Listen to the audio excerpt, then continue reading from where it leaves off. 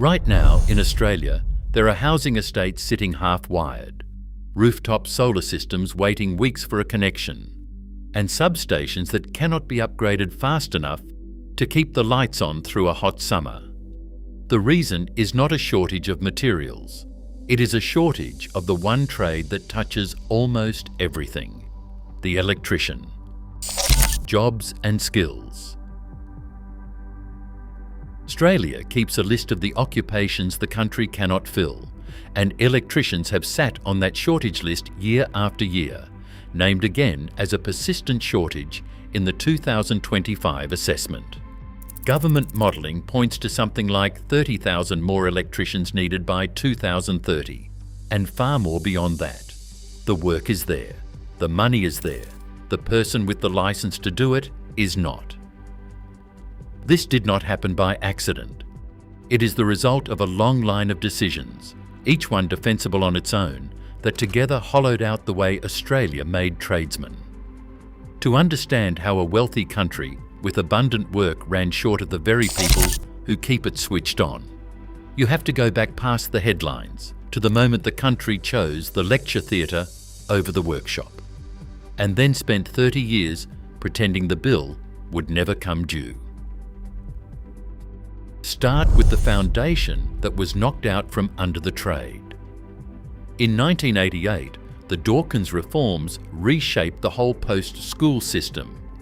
John Dawkins was the education minister in the Hawke government, and the white paper that carried his name folded the technical colleges into a near-doubled university sector. The respectable path, the one a proud parent wanted for a clever child, ran through a university campus and ended with a degree. The young person who liked working with their hands, who could read a circuit and trace a fault, was quietly told they had settled for less.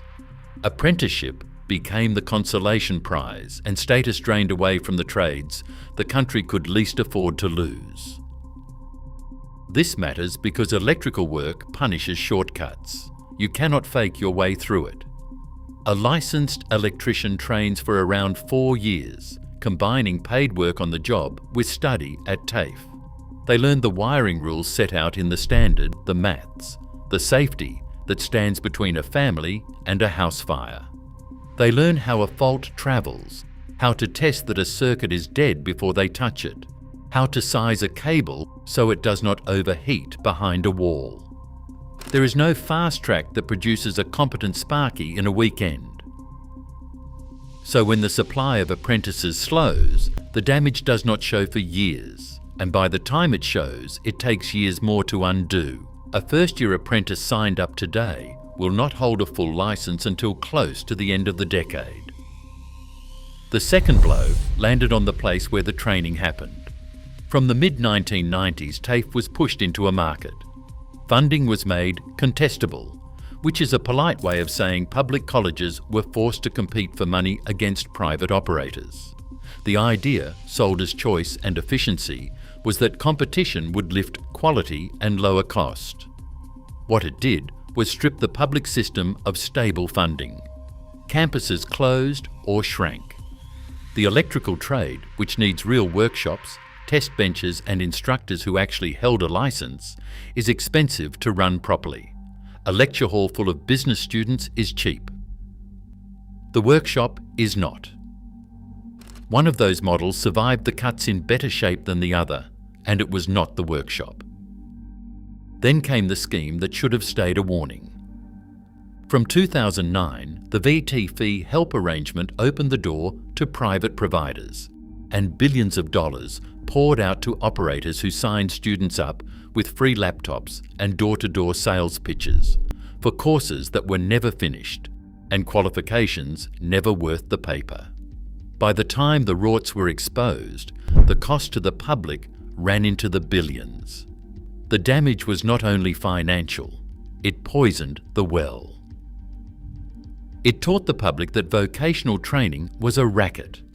The Honest TAFE electrical course, run by people who knew their trade, was tarred with the same brush as the shonky outfit selling diplomas that led nowhere. Now add the change in how the work itself was organised, because this one cut the supply at the source. The old arrangement worked for a century. A licensed electrician took on an apprentice, carried them for 4 years, bore the cost of their early mistakes, and at the end, the country had a new tradesman. That bargain depended on the boss being able to keep the lad on. The rise of the subcontractor and the Australian business number model broke it.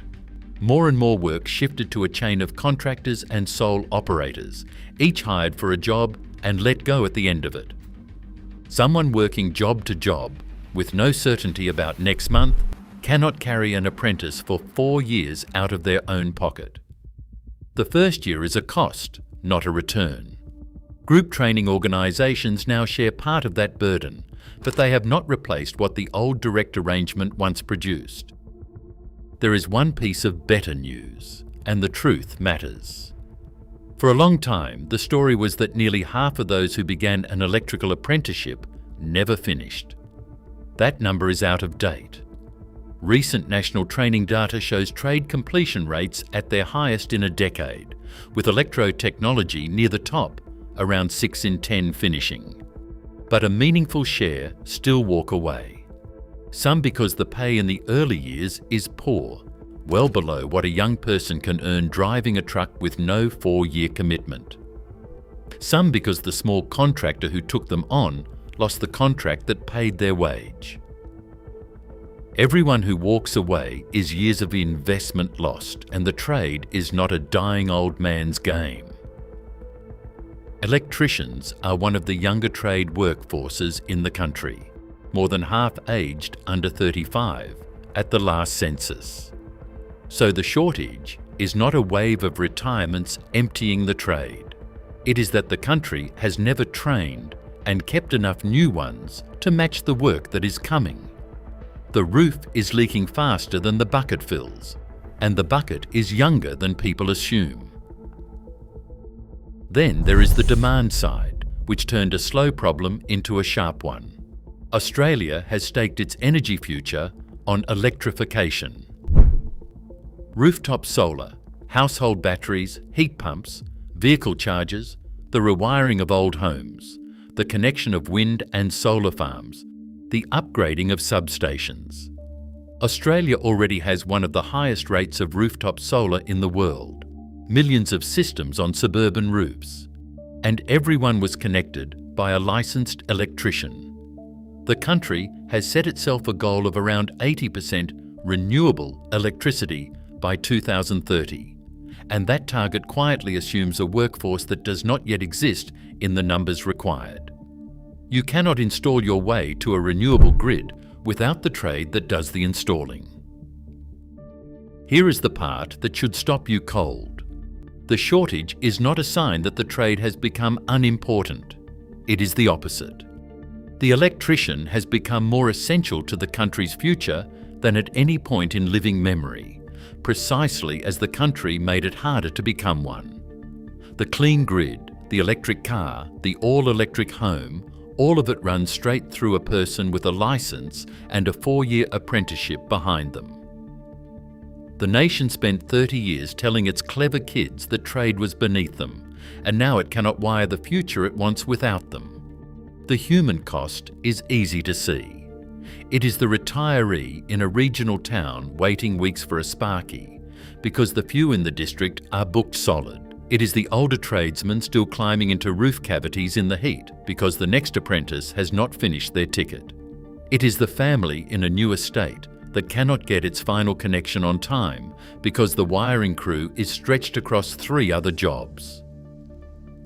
The shortage bites hardest in regional towns, where the training campus is hours away, and a young person who wants to start a trade may have to move to a city to find the TAFE place to do it.